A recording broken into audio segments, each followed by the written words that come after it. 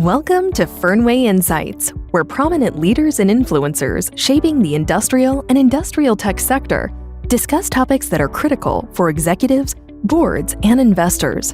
Fernweh Insights is brought to you by Fernweh Group, a firm focused on working with industrial companies to make them unrivaled segment of one leaders. To learn more about Fernweh Group, please visit our website at fernweh.com.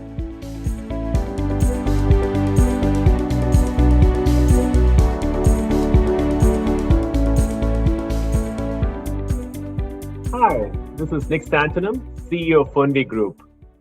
Welcome to another episode of the Fernweh Group Insight Podcast. As we continue with the theme of Disruption 2.0, our guest today is Professor Hany Farid, who the press calls the modern-day Sherlock Holmes. He's a professor of electrical engineering, computer science, and School of Information at the University of California in Berkeley. Professor Farid specializes in forensic analysis of digital images and deepfakes, which he prefers to call content synthesized by artificial intelligence because it's more descriptive.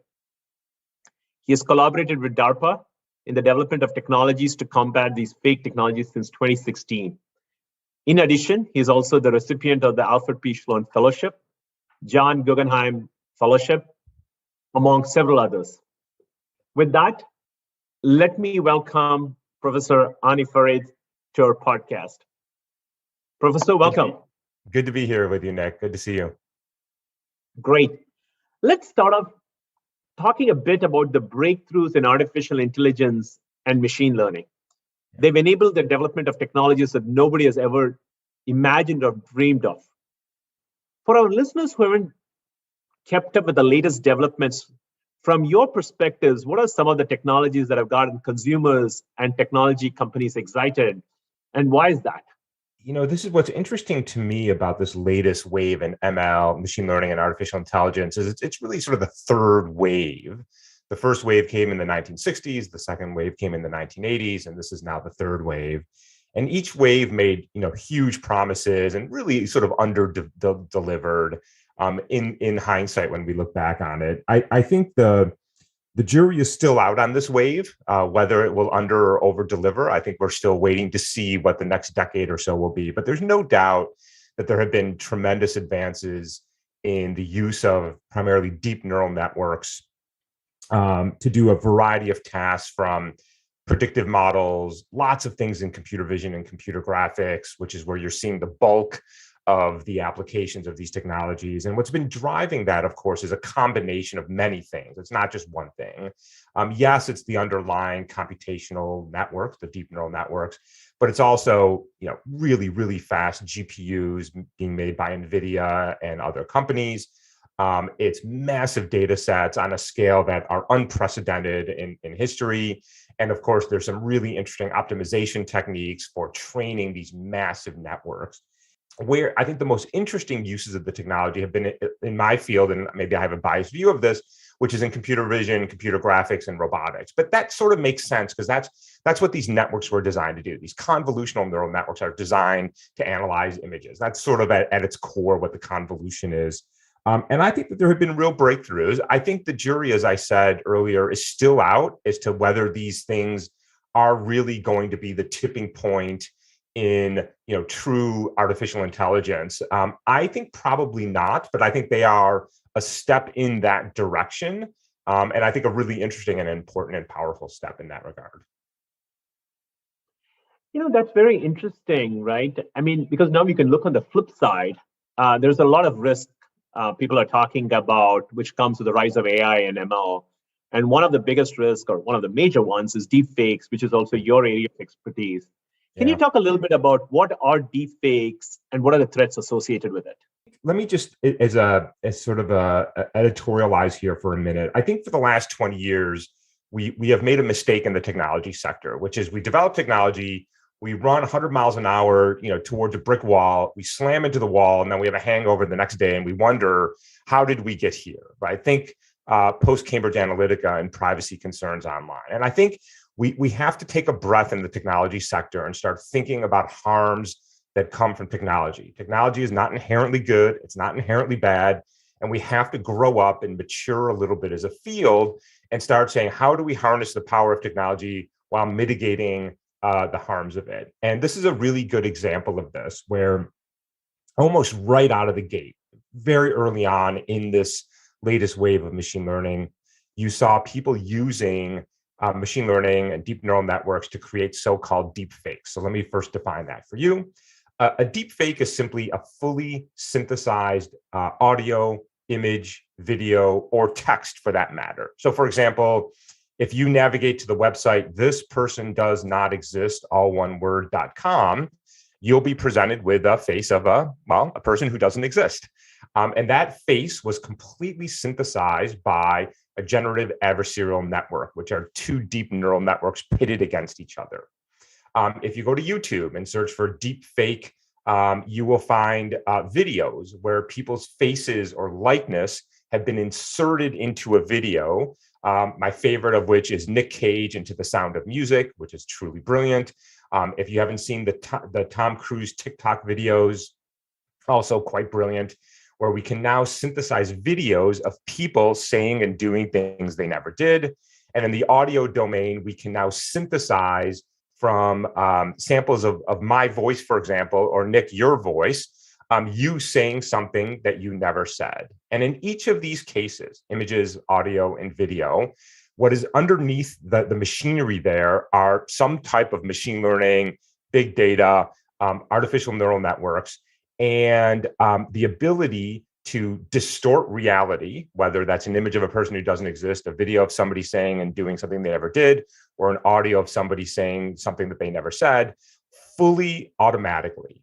And what's important here is not, I can manipulate images, audio, and video. We've always been able to do that. Hollywood studios have been doing that for decades. But what has changed here is the democratization of access to technology that used to be in the hands of the few and now are in the hands of the many, because you can go to GitHub, you can download some code and you can run it on your computer. You can make some pretty compelling fakes. And the trend we have been seeing over the last 5 years in this space is that the content gets more and more realistic. It gets easier and easier to generate. It needs less and less data and less computing power. And that trend is going to continue.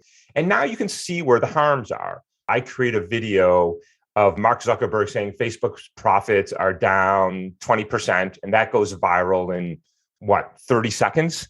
How long does it take me to move the market to the tune of billions of dollars? Or I create a video of a world leader saying I've launched nuclear weapons against another nation. How long before somebody panics and pulls the trigger? Non-consensual intimate imagery, people creating, inserting people's likenesses into a sexually explicit material and then distributing on the internet as a form of weaponization. And the list goes on and on and on. But there's the dark side of that technology that I don't think the field itself has fully come to grips with on how to manage or mitigate.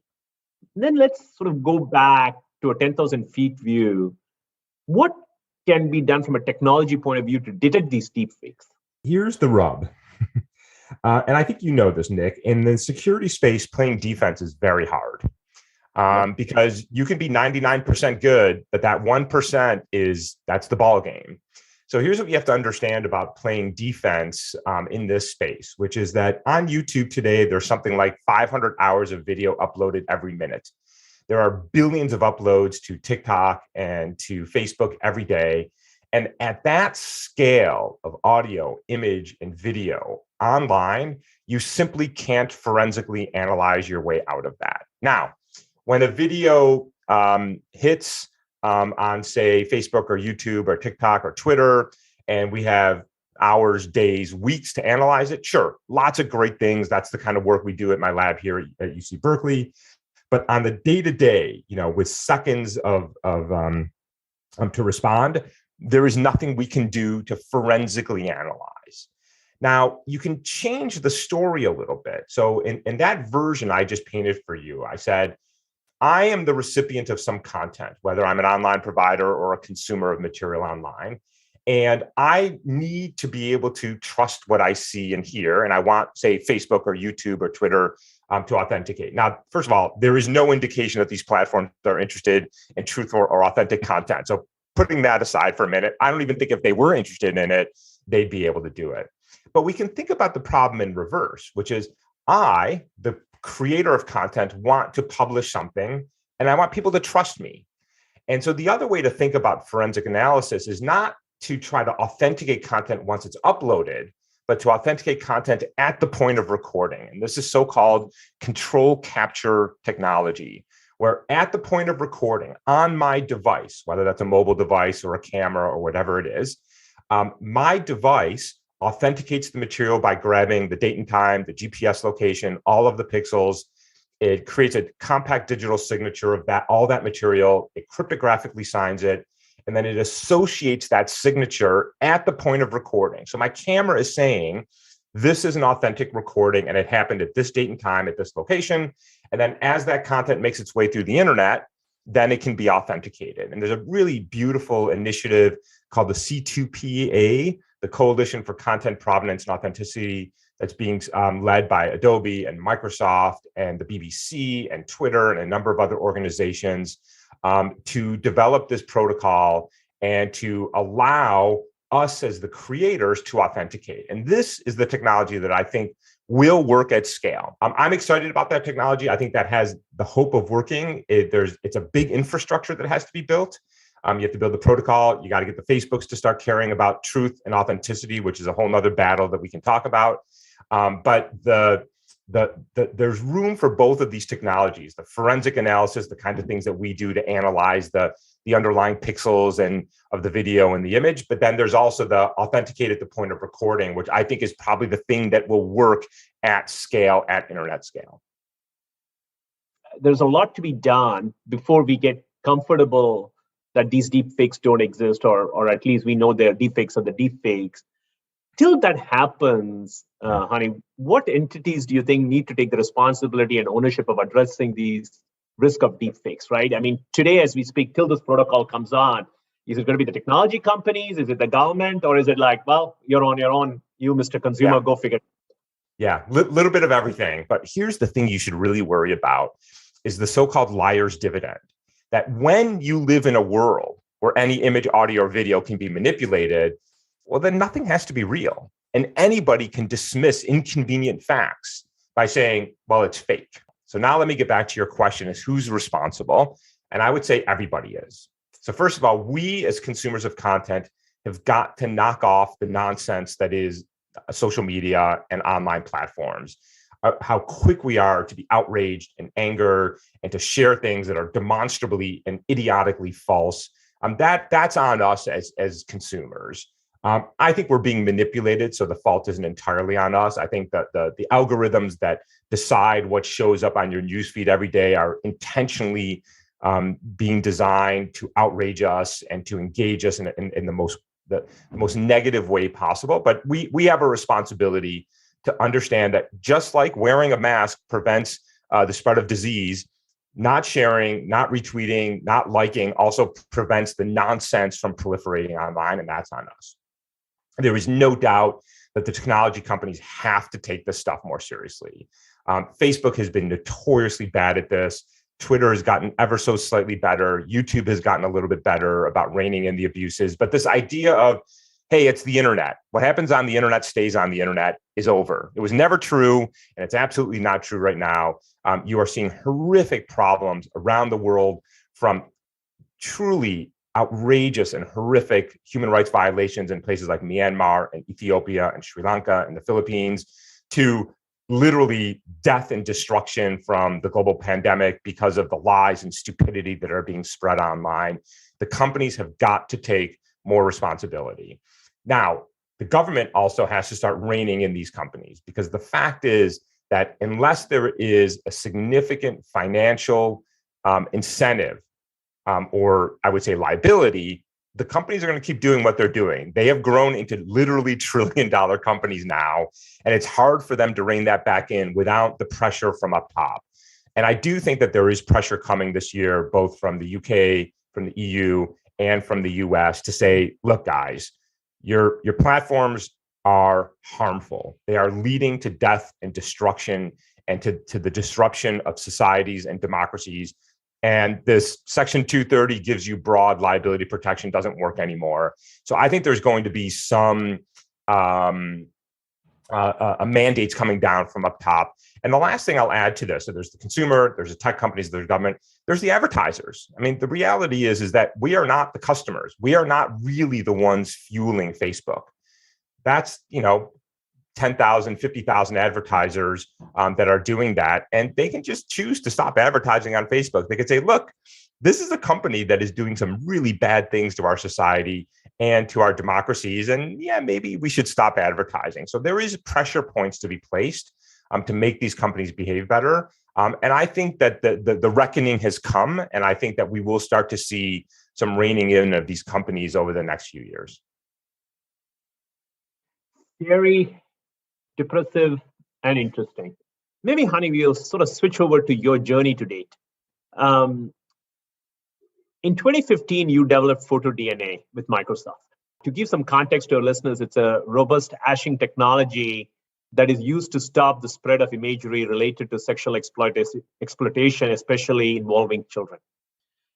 Now, PhotoDNA is also used by Facebook, Twitter, and Google to tackle extremist content. What was your motivation, thought process behind creating this kind of technology? And probably sort of more personal, how does it feel to witness in the real world, the impact of technology you spearheaded? Yeah, this is an interesting story. So this work dates back to 2008, 2009, when we developed and deployed PhotoDNA. And I remember getting a call from Microsoft back in 2008 saying that for 5 years, they and some of the then large tech companies had been really wrestling with this problem of child sexual abuse material. And by the way, just by way of nomenclature, people often refer to what's called CSAM, child sexual abuse material, as child porn. I don't like that term. People in the industry don't like the term because porn is sort of a funny word. And so we call it what it really is, that these are images of extremely young children being sexually abused and that material being shared online. And we don't need to get too graphic here, but I will tell you that today, the average age of a child involved in this material is 8 years old. These are not 16 and 17-year-olds playing with their sexuality. These are prepubescent kids, 8 years old, down to, by the way, 1 month and 2-month-old infants, toddlers. Pre-verbal is a category of abuse in this space. And I say that because it's important to understand what we are talking about. And then it gets even worse because that material keeps getting shared year in and year out, decade in and decade out online. And imagine if your worst days of your life are being shared online to the tune of millions and millions of people. And by the way, last year alone, the National Center for Missing and Exploited Children received 20 million reports of child sexual abuse material from the major tech companies here in the US. This is a phenomenally large industry with shockingly young children that are victims. And back now in 2008, the tech companies were like, yeah, this sort of seems awful, but what are we going to do about it? And so I got this call from Microsoft because somebody had read some article about my work in forensics. I went down to DC. I knew nothing about this space, Nick. And I was really shook up when I left that meeting, that day-long meeting in DC. And I thought, this is really bad. So Microsoft and I decided to team together to try to develop a technology to disrupt the global distribution of child abuse material. And if you ever wonder if a small group of dedicated people can change the world, this is an example of where it was true. It doesn't happen often, but it does happen. And it was me and a couple of lawyers at Microsoft and a couple of researchers and engineers. And we just worked for about 1.5 years. We developed this technology that goes over to the National Center for Missing and Exploited Children who have previously identified content.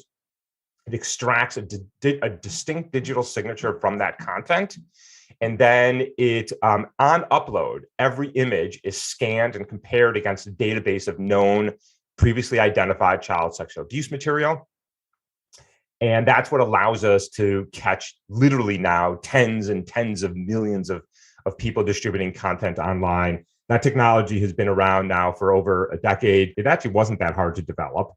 It was a lot harder to deploy because you had to convince tech companies to take some responsibility. But what is shocking about it is the number of images we catch, law enforcement can't keep up with. And so this is the technology that we developed back in 2008, 2009. That technology morphed a little bit when we started seeing groups like Al-Qaeda and ISIS and terror groups also weaponizing the internet. So we pivoted a little bit to the global fight on terrorism to find and remove specifically harmful and dangerous terror-related content. And it's been really interesting in this space because it was a good example of tech companies saying, well, there's nothing we can do about it. It's too hard of a problem. And then, we came in and said, well, it turns out we can solve it. And I'm reminded of this because today we hear from the Mark Zuckerbergs of the world that, oh, disinformation and misinformation is too hard of a problem. It's too big of a problem. But the reality is that it's not so much a technology problem. It's a will problem. It's that these companies don't want to get in the business of moderating content because it's messy and it's complicated. And I agree with that, but I think the alternative is completely unacceptable. My understanding is you also worked as a consultant for intelligence agencies, media outlets, and the courts, seeking to authenticate the validity of images.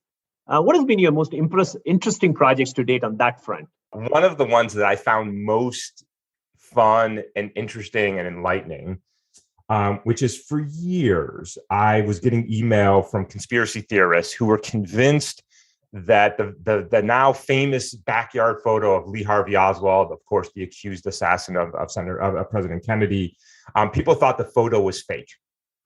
And even Oswald himself, when shown the photo back in the 1960s with the rifle, the same rifle that was found that killed the president, said, that photo is fake. It's not me, which is pretty amazing if you think about when he said that some 80 years ago. And I swear to God, every month I get some email from somebody saying, photo is fake, photo is fake, photo is fake. Prove it, and you will go down in history. And I remember one summer, I got a particularly coherent email from somebody pointing out things in the image that I thought, yeah, that's sort of weird. I don't really understand that backyard photo, something about the lighting and the shadows. And so I spent the summer working on a forensic analysis where I did a full-blown 3D reconstruction of Oswald's backyard, him standing there, accounting for his height, his weight, the size of the gun, the weight of the gun, his balance, where is the sun, the shadows, full-blown 3D reconstruction, and found that everything in the photo was perfectly physically consistent with an outdoor scene, with the size, with the weights, with the balances, with the shadows, the lighting, everything just sort of lined up so beautifully. You can essentially reconstruct a digital physical reconstruction of the scene. And I thought, well, that's really interesting. So here's all these things that people pointed to: the shadows, the shape of the chin, the weight of the gun, his balance. And one after the other, you could say, nope, that's physically plausible, physically plausible, physically plausible. And I thought, this is really cool. This is great. We've put this to rest. Science is awesome. I wrote a paper, published it, and I thought, okay, my work is done here. And what happened now in hindsight is 100% predictable, but I didn't predict it at the time, which is people were really, really mad at me. So the same people who came to me saying, hey, you are the expert in this space, you should analyze this, now started saying that I was part of the conspiracy to conceal who really killed the president, because I've worked with law enforcement agencies. Aha. Well, why'd you come to him in the first place? Doesn't matter, right? And there is exactly why I think the Mark Zuckerbergs of the world and the YouTubes of the world and the Twitters of the world have been responsible for the fact-free zone that many, many people live in now, because for years they've been allowing these conspiracies to fester and in fact even be promoting them quite actively. And suddenly you have a significant number of people who don't trust your government, the media, and the experts. And when you need to trust them, now we have trouble. And so that was, what I loved about that work was the science was very cool. And there's very specific claims, you could address them. But what was so interesting was the blowback and now the very predictable response that once you have ingrained an idea or a belief, there is no penetration here. There is no setting the record straight. And that to me was a real eye-opener. Fascinating. You've been doing a lot of work on digital forensics. Sure. Leaving aside this conspiracy theory topics, what other digital forensic efforts have you been involved in? So what you have to understand is I started thinking about these problems back in 2000, actually more closer to 1997, which was still the year of the analog. And I was primarily concerned about the courts of law. I was worried that when digital takes over and when the ability to manipulate content takes over, what's going to happen when you try to introduce images and audio and video? And so most of my efforts in my lab with my students and postdocs over the last 2 decades has been in developing very specific forensic techniques that can ingest an image or an audio or a video and detect traces of manipulation, whether something was added, something was removed, something was altered, something was now fully synthesized. And these are, not, I can analyze 1 million images a day. These are techniques where you can analyze 1 or 2 images a day because there's a human in the loop and there's analysis that has to be done. And there's these series of techniques that have to be done, as in most forensic techniques. I think those are really interesting and also very important going forward. There's a whole nother avenue of research, which is now how do you deal with the billions of uploads every day? That's what we were talking about earlier. And then, of course, the spread of mis and disinformation, trying to understand and disrupt that.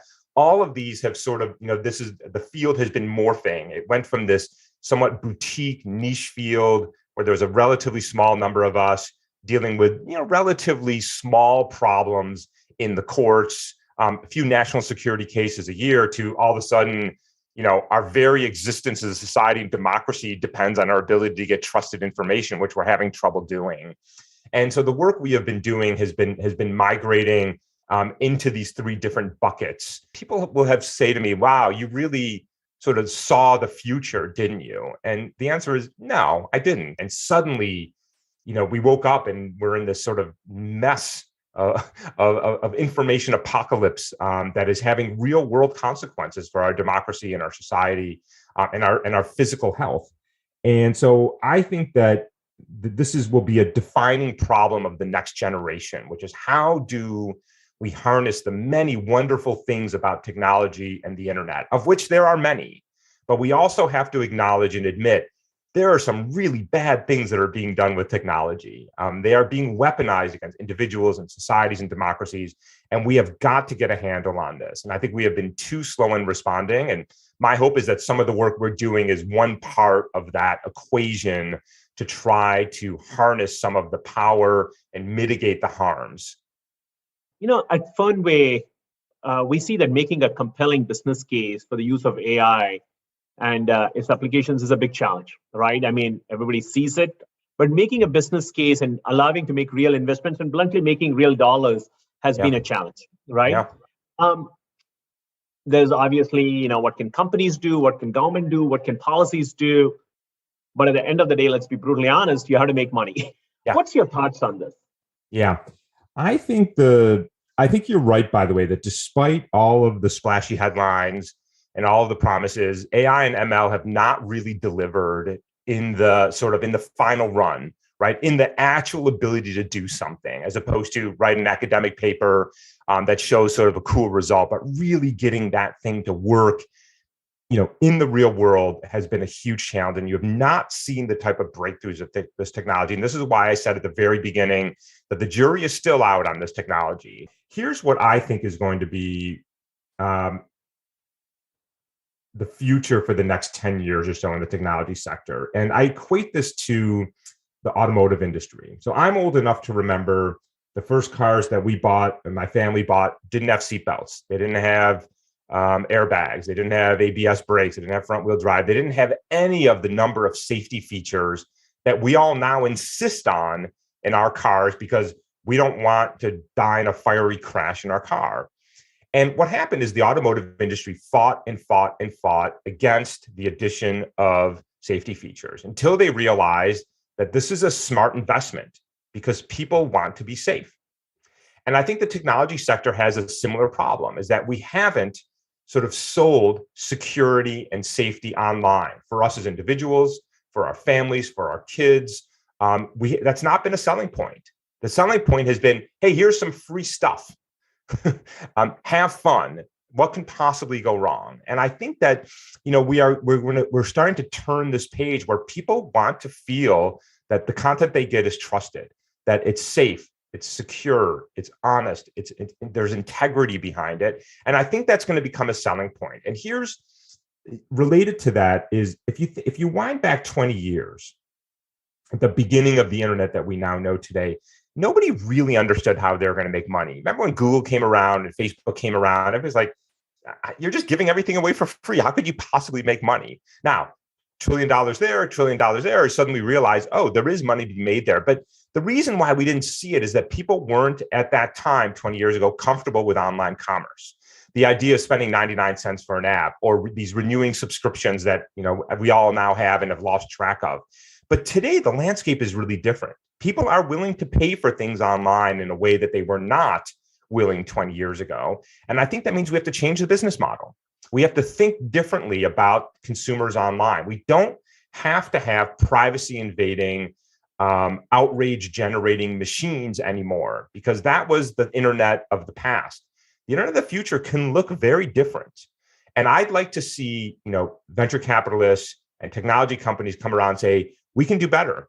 We can be more trusted. We can be more privacy preserving. We can be more honest. We can be more, have more integrity behind these products, and people will pay for that.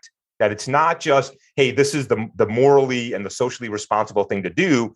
It's that we will do this because it is the smart thing to do. I'm hoping that the next 20 years, or maybe even the next 10 to 5 years, we'll see a new business model for the internet, moving away from a strictly ad-driven, which is fundamentally at odds with the things that I've enumerated. Because when you are in the entirely ad-driven business, you are in the attention-grabbing business. And if you're in the attention-grabbing business, your motivation and individuals and society's motivations are fully misaligned. And I'd like to see that alignment come back a little bit. Interesting paradigm shift needed. You've been around since 2000 on the start peg, but especially in the last 5 years, maybe 7 years, there's been a lot of startups that are heating up in the AI world space, in the whole landscape of hardware and software companies. Yeah.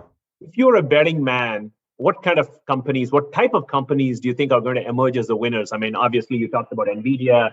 I mean, there's the hardware players, the obvious ones, but sort of when you see the next wave, where would you place the bet? Yeah. I'm not a betting man, which is why I'm a university professor. But since I get to bet with other people's money, sure.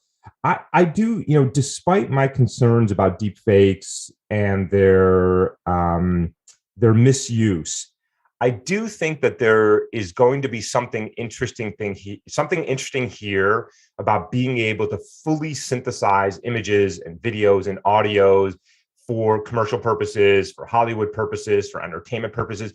Imagine if you can now rent a movie and say, I want to insert my favorite performer into the starring role. I can customize movies. Imagine you can now take any movie in any language, and instead of having that really crappy lip syncing that is really distracting, you can now make people speak any language you want. I think there's real power in that technology, and there's a few small companies that have emerged that I think are going to be leaders in that space. I think, though, they have to be very careful to make sure that the technology is not going to be misused. They have to put the right safeguards in place to mitigate that harm, or they're going to end up with exactly the same type of daily bad press that Facebook is facing every day for the last few years. I'm less enthusiastic about the throw machine learning at pick your favorite problem. I find that not a very compelling story, and I think the last 5 years have sort of shown that stuff's not really working. I'm also, as I said earlier, extremely enthusiastic about anybody working on better business models for online commerce that move away from an entirely ad-driven business. I think people are ready for a different internet. Despite the fact that Facebook has billions of users and everybody is on these platforms, talk to people. We do surveys about this all the time. Nobody really likes the services. They're on them because they feel like they need to. But I think as soon as something better comes around, people will leave, and they will leave gleefully. There will be no love lost for Facebook or for Instagram or for Mark Zuckerberg. They will jump ship, and they will do it quickly if you can offer them a better product. And I think somebody's going to do that.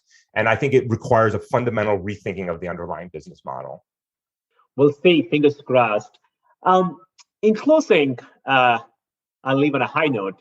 You've been called the father of digital forensics by Nova Science Now. How does it feel to be given that title? These days, Nick, I'm just grateful it wasn't grandfather. It's every once in a while in the academic world, you're at the right place at the right time, and the stars align for you to do something that nobody's done before. And please understand, I've had phenomenal students and postdocs and collaborators who've done really the lion's share of the work in my lab. But honestly, we were just in exactly the right place at exactly the right time, at the confluence of many things, and started thinking about this problem that, as it turned out, became a really, really critical problem in our society. And I, for me, looking back on the last 20 years of my academic world, I find real reward in that. I think one of the great luxuries and one of the great honors of being in the academy and having tenure and that type of job security is we get to go out in the world, look at what the problems are facing our society, and try to solve them. And that, to me, has been a tremendous effort, and I take great pride in the work that my students have done over the last 2 decades and trying to chip away at this problem. And I think that there is a lot more to do. My only hope is that the many, many PhD students that I've graduated are starting their academic jobs now. And so I can start thinking about retiring, and they can sort of take over the mantle. One of the great things about being an academic is you're literally training your replacement. And there's great reward in seeing these young minds now stepping forward and carrying on that mantle. And I'm very excited to see what they'll be doing in the next 10 years. Professor Farid, I sincerely hope you don't retire anytime soon, because your insights are unbelievably helpful. We look forward to hearing more stories like the ones you shared in the next podcast, but what you shared has truly been fascinating. Thank you. Thanks, Nick. It was great talking with you.